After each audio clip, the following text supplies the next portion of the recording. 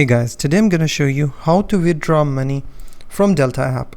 First of all you have to do is open Delta Exchange on your web browser, on your phone or on your PC. Once the website has been opened, you have to sign in with your account. Once you're signed in, you have to click on deposit/buy. A new page will open. From here you will see a button called withdraw. You have to click on withdraw and then you will see some coins that you want to withdraw. You have to select a coin. For example, if you want to withdraw your USDT coin, then you have to select on USDT. Then it will ask you to select a vendor. You have to select Meta for your vendor, and then it will ask you to enter your bank details or connect your bank account with Delta Exchange. You have to enter your bank details.